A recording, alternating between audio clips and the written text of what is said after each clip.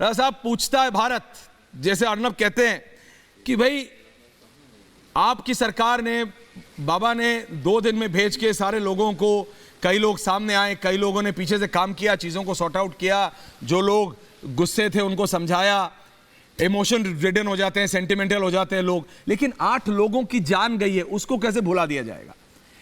SIT गठित करके और अगर छोड़ दिया जाएगा रजा साहब, तो यह सवाल उठेगा कि आपकी सरकार और अखिलेश यादव की सरकार में क्या फर्क है? और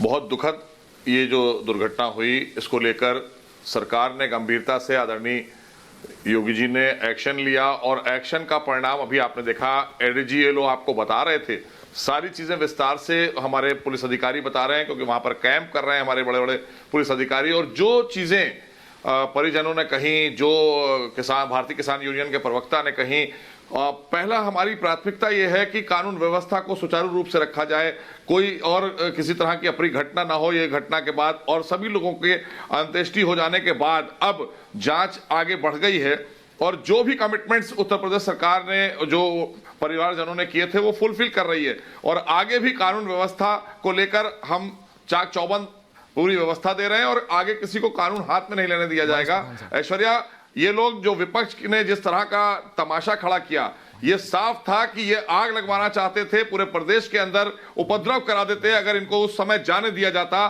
धारा 144 के बीच में इन्होंने जबरदस्ती के बाद भी आपने देखा अलग अलग शहरों में कहीं पुलिस की गाड़ी फूंक दी गई समाजवादी पार्टी के नेताओं के द्वारा, कहीं पर किसी ने उपद्रव किया। और ये वहां जाने की जो जिद थी वो इसी बात का संकेत थी कि किसी भी तरह से इस घटना को लेकर अपना अवसर तलाश रही थी। हम लोग तलाश रहे हैं कि अपराधियों को पकड़ के जेल भेजा जाए, जांच हो, वहां कानून व्यवस्था सुचारू रूप से सब सामान्य की जाए।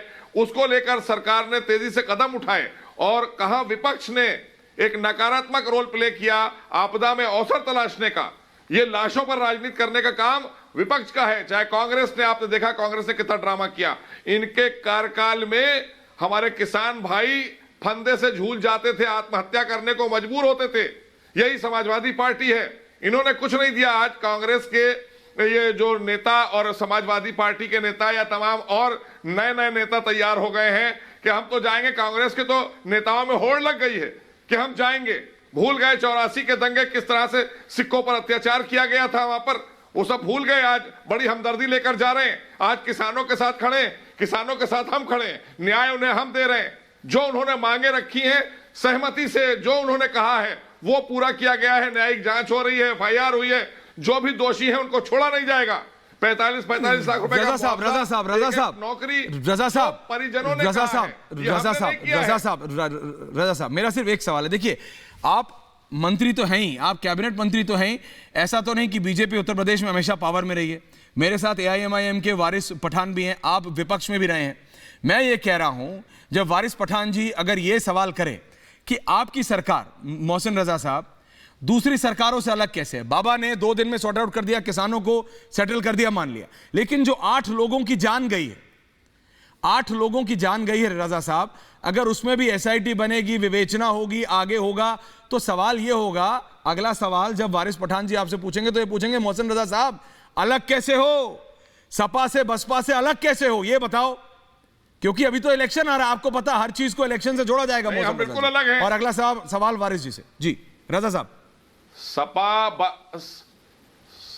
सपा हो, बसपा हो या आम आदमी पार्टी हो या एमआईएम हो या कांग्रेस हो, इनका सबका, इनकी नियत साफ समझ में आ गई। इस पूरे घटनाक्रम में ये चाहते हैं कि इसी आड़ में प्रदेश में आग लगवा दो, आगजनी करा दो, दंगे करा दो और दंगे कराकर अपनी रोटी सेक लो। इन्हें संवेदना नहीं है किसानों से, ना उन 8 परिवारों से जिन्होंने अपने परिजन को खोया है। हमें संवेदना है, हमें दुख है इस घटना को लेकर। हम प्रतिबद्ध हैं कि हम अपराधियों को, जिन्होंने इस घटना को अंजाम दिया है, उनको हम जेल भेजेंगे। लेकिन यह भी देखना चाहिए कि आज अंतिम एक जो बहराइच में अंत्येष्टि होना थी वो हो गई है, जैसा कि अभी आपको हमारे एडीजी एलो ने भी बताया। तो आज के बाद अब कल से ये सब प्रक्रिया तेज होंगी। अभी और मैं जो भी दोष बार मैंने कहा है, वारिस जी आ रहा हूं, रिलैक्स, सबको मौका विपक्ष जो है वो ड्रामा बंद करे।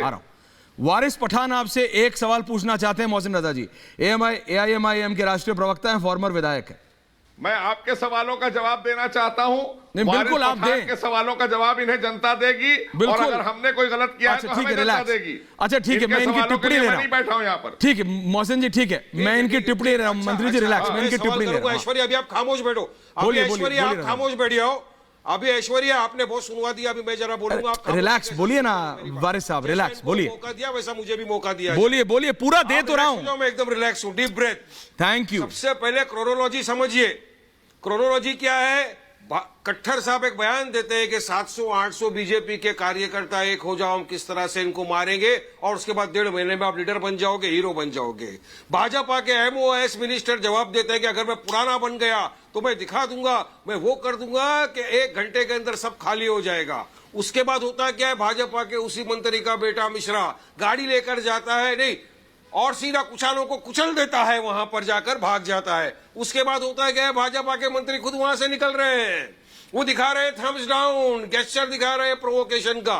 प्रोवोकेशन होता है, भाजपा के मंत्री गाड़ी से कुचलते हुए किसानों को चले जाता है आगे। उसके बाद अगर जब नेता जाते हैं मिलने के लिए किसान के परिवार वालों को, तो उनको रोका जाता है। उसके बाद मर्डर का चार्ज लगा जाता है, एफआईआर रजिस्टर किया जाता है। पोस्टमार्टम में आता है कि हाँ गोली भी लगी है, एक जर्नलिस्ट का भी कत्ल हो गया है, मैसेकर हो गया है, खून हो गया है वहां पर।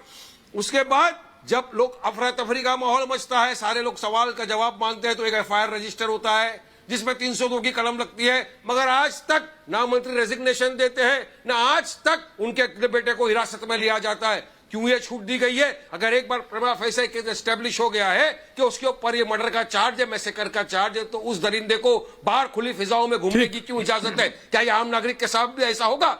ओके पठान साहब, अब बात मोहसिन रजा साहब बोलिए बोलिए बोलिए। इन्होंने कहा कि इनमें संवेदनशीलता नहीं है, इनमें इमोशन नहीं है। मुझे बताइए, आज 2-3 दिन हो गए इस घटना को, क्या योगी ने कोई बात की? क्या योगी ने इस पे कॉन्डोलेंस प्रकट किया? क्या योगी उन किसानों के परिवारजन को मिलने गए? या क्या प्रधानमंत्री मोदी जी ने दिखाया इमोशन? क्या उन्होंने कोई ट्वीट किया? एक क्रिकेटर की उंगली को चोट लग जाती है तो प्रधानमंत्री मोदी ट्वीट करते हैं। यहाँ पे 8 देश के नागरिक, 8 में से 4 जो किसान थे, एक पत्रकार था जिसकी देहांत हो गया, जिसको मार दिया गया, कुचला गया। वो किसान जो हमारा अन्नदाता है उसको मार डालते, लेकिन मोदी जी के पास इतना टाइम नहीं कि वो ट्वीट करे। 75 साल का उत्सव मनाया जाता है लखनऊ में, मगर वारिस पठान साहब, मैं आपकी बात समझ रहा हूं, मैं आपका गुस्सा समझ रहा हूं। देखिए वारिस पठान साहब,